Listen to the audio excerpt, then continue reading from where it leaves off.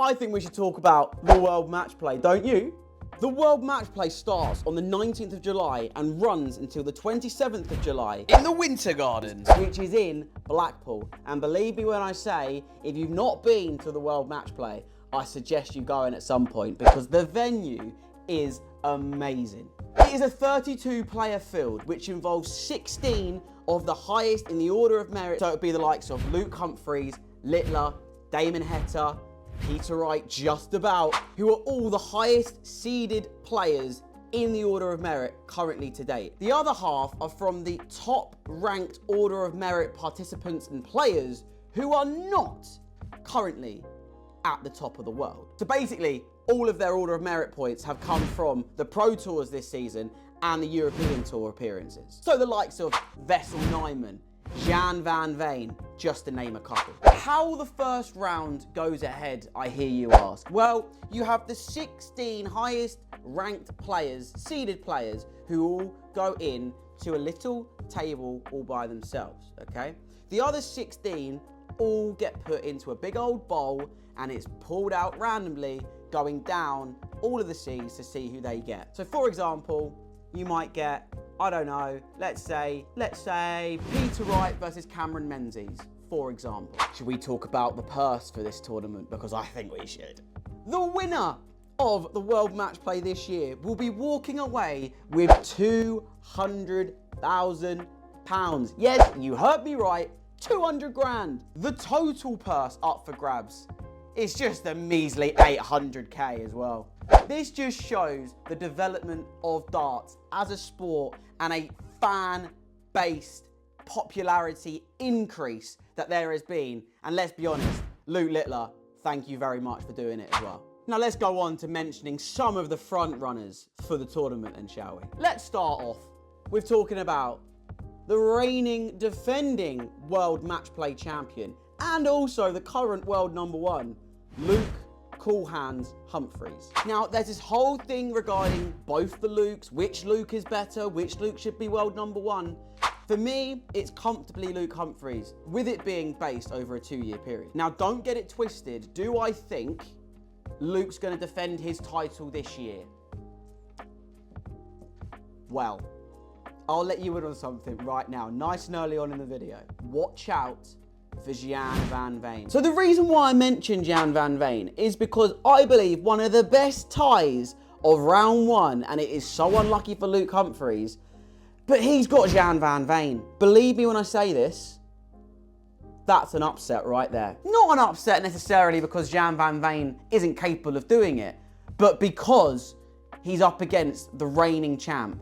And if you look at the recent results of, to be fair, Humphries and Littler, you would say they've both not been on top form recently. I reckon Jan van Veen is going to knock out Luke Humphries in the first round. Speaking of Mr. Luke Littler, should we have a little discussion about some of the stats that Luke Littler is bringing in to this tournament? Because believe me when I say this, it's staggering. I'll give you a rundown of some of the things that Luke Littler has been producing so far this year is ridiculous. Have a listen to these.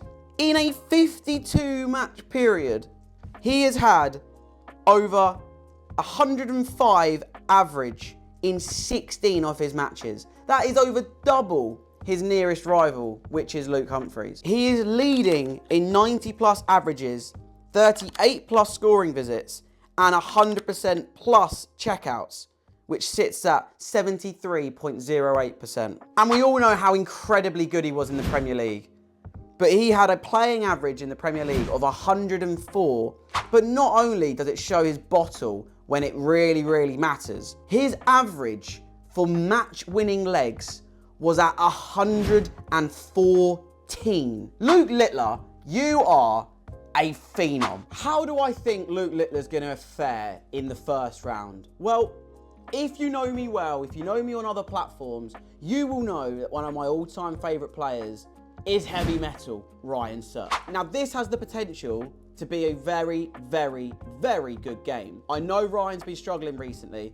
Okay, his eyesight is really, causing a bit of an issue for him. I do think Luke Littler's going to get through. I just hope that Ryan Searle is going to have a decent performance. Now, another man that I want to bring up to have a bit of a discussion about is Mighty Michael Michael Van Gerwen. Now, we all know all of the situations that Michael has had over the last few months, okay? I think Michael Van Gerwen is going to come back to form at the match play. And I'll tell you why. I believe his round one match is the tie of the entire round one. I would probably say that you're talking the ex-greatest of all-time Dutch player in Raymond van Barneveld against probably arguably now the greatest of all-time Dutch player in Michael Van Gerwen.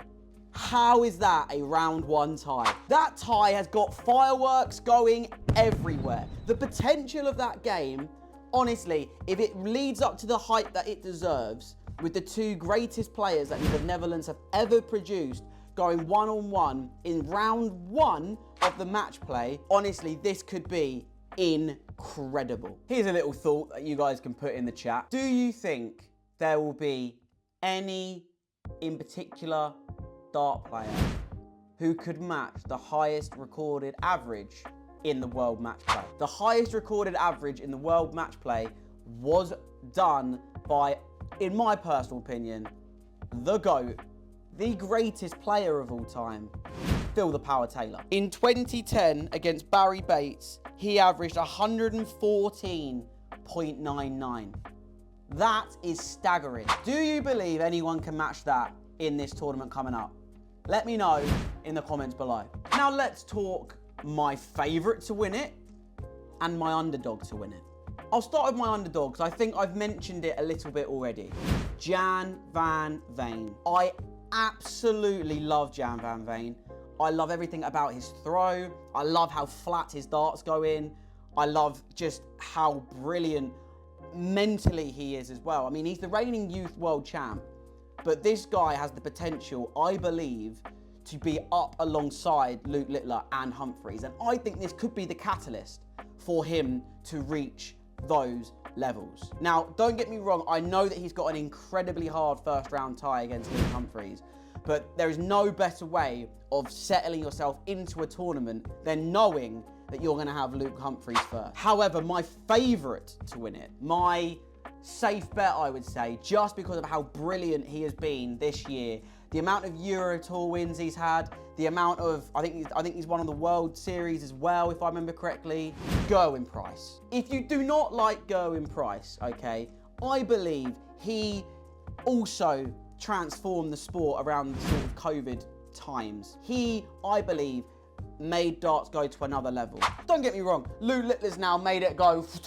right to the sky. But without Gerwyn Price, the sport would not be where it is today. Gerwyn Price is in the form of his life. If he plays to his best, I don't even think Luke Littler can beat him. If you look at the head-to-head between Littler and Gerwyn Price, Gerwyn Price has got the upper hand. So here is my final thoughts for the World Match Play. I believe you will not have either of the Lukes in the World Match Play final. I also reckon you're going to have Gerwyn Price, and if it all plays ball, Jan van Veen, Wessel Nijman, Cameron Menzies up against Gerwyn Price in that very final. If everything goes the way that I'm hoping it does. Let me know in the comments, guys, do you think anyone can topple the Lukes at the World Match Play? I hope you've enjoyed the video, guys, and I'm looking forward to watching it all from start to finish, and maybe we'll do a bit of a recap once it's finished.